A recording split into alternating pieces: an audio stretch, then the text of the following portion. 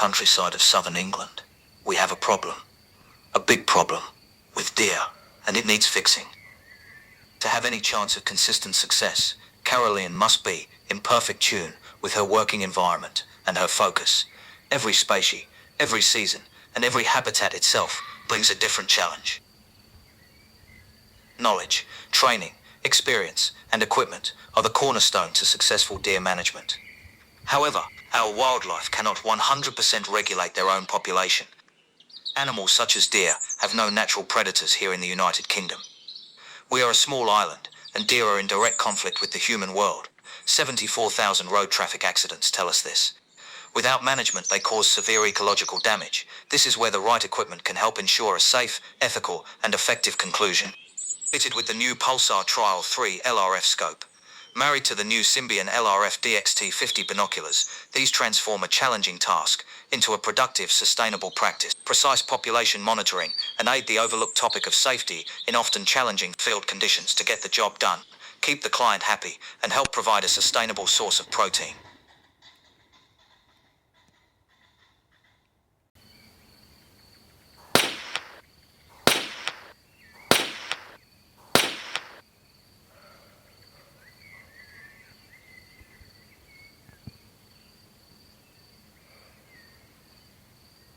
Today I am in southern England on one of our long-standing deer contracts. We mainly deal with roe and muntjac on this patch, but do encounter the occasional fallow.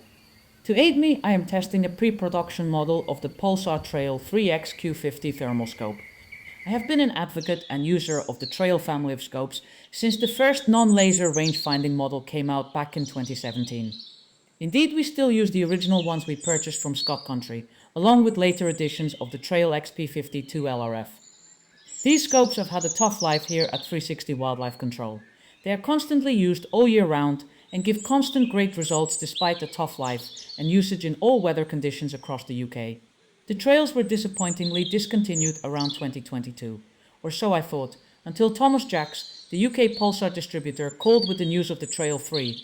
This was very fortunate, as one of the team had to go on a cull in Scotland, so only a few hours later we had collected the scope from their Stratford-upon-Avon offices, and after 48 hours to get used to the new menu, zero and test it in the field, and thanks to its quick release mounts, it found itself on a colleague's rifle heading up to Aberdeenshire to be put to work. But it's not just the trail in action today. I had recently acquired the newly released Symbian DXT50 Multispectral binoculars, and wow.